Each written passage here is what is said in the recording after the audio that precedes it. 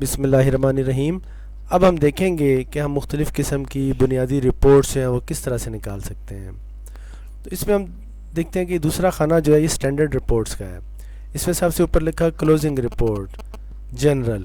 اگر ہم اس کو یہ نکال کے دیکھتے ہیں تو اس میں آپشن ہے today only, from month start یا ڈیٹ رینج۔ اگر ہم ٹوڈے اونلی دیں تو اس کا مطلب یہ ہوگا کہ ہمیں یہ حساب لگا کے بتائے گا کہ آج صبح ہمارے پاس کیش کتنا تھا، ہمارے پاس مختلف مد میں کیش آیا کتنا، گیا کتنا، جو ڈیبٹ ہے یہ ان کیش ان کتنا ہوا، کیش آؤٹ کتنا ہوا، اور اب ہمارے پاس کلوزنگ کیش کتنا ہے۔ اور یہاں نیچے سمری لکھ دی ہے کہ ٹوٹل اوپننگ اتنا تھا، ٹوٹل اتنا آیا، ٹوٹل اتنا گیا، اور اب ہمارے پاس اتنا ہے۔ اسی طریقے سے انوینٹری کا ہے کہ اوپننگ انوینٹری اتنی تھی، ہمارے پاس پرچیز کی صورت میں اتنا آیا اور ریٹرن کی صورت میں اگر جاتا تو وہ یہاں لکھا ہوا تھا۔ اس طرح سیلز ریٹرن کی صورت میں اتنا آیا اور اب ہمارے پاس اتنا ہے۔ تو نیچے ٹوٹل آ گیا کہ ہمارے پاس اوپننگ اتنا تھا، ٹوٹل اتنا آیا، ٹوٹل اتنا گیا، اور اب اتنا سٹاک پڑا ہوا ہے۔ اور یہ چیز ہمیں پرچیز ریٹ کے مطابق بتاتا ہے۔ اسی طرح اکاؤنٹس کے حوالے سے ہمیں بتاتا ہے کہ ہمارے پاس ادرس کے اکاؤنٹ میں اتنے اوپننگ پیسے تھے، کمپنیز کے اتنے تھے، بینکس کے اتنے تھے، کیپٹلز اتنا تھا، اگر کوئی بیچ میں ہم نے فیڈ کیا ہوا ہو تو اتنا ہمارے پاس آیا، اتنا ہمارے پاس گیا، اور اتنا ہمارا اس وقت بیلنس جو ہے وہ کریڈٹ کی صورت میں موجود ہے۔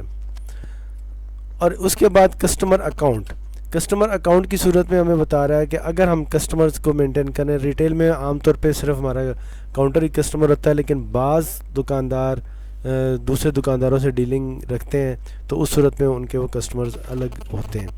تو وہ بتا رہے ہیں کہ ان کا اوپننگ کیش بیلنس اتنا تھا، سیل اتنی ہوئی، ریٹرن اتنی ہوئی، یا کیش اتنا آیا، اور اب ان کے ذمہ اتنا بقایا ہے۔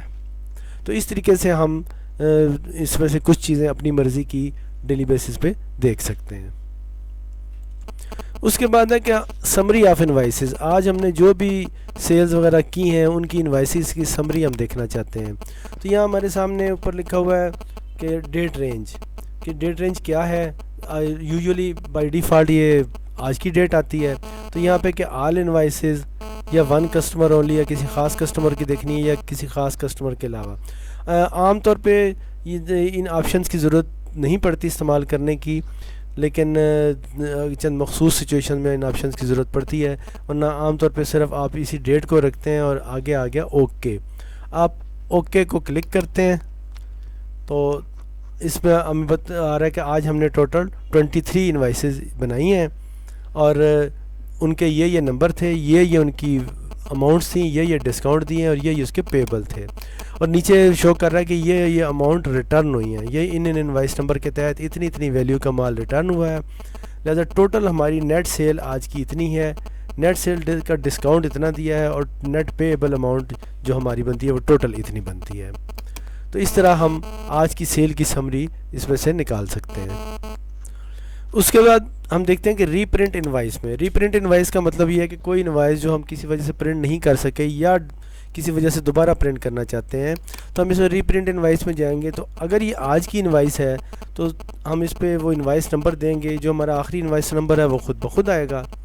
ہم اس میں جو بھی انوائس نمبر لکھے اوکے کریں گے تو وہ انوائس پرنٹ ہو جائے گی۔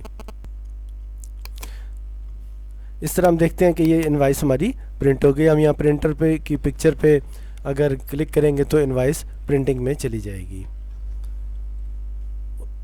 اگر ہمارے پاس انوائس کوئی ایسی صورتحال میں ہے کہ جو ہم نے کسی پچھلی ڈیٹ کی پرنٹ کرنی ہے، یہ موجودہ مہینے کی نہیں ہے، پچھلے مہینے کی، موجودہ مہینے کی تو ہم یہاں سے دیکھ سکتے ہیں، یہیں پہ دے سکتے ہیں، لیکن اگر کوئی پچھلے مہینے کی دیکھنی ہے تو ہم ایڈوانس رپورٹس میں جاتے ہیں، اور یہاں پہ ہم انوائس نمبر دیتے ہیں، اور اوپر اس مہینے کی کوئی ڈیٹ وہ ہم دے سکتے ہیں۔ ہم کوئی بھی ڈیٹ دے دیں گے اور وہ انوائس پرنٹ ہو جائے گی۔ اس کے بعد ہم اوکے کریں گے تو وہ انوائس پرنٹ ہو جائے گی۔ اس طرح ہم کسی بھی انوائس کو دوبارہ پرنٹ کر سکتے ہیں۔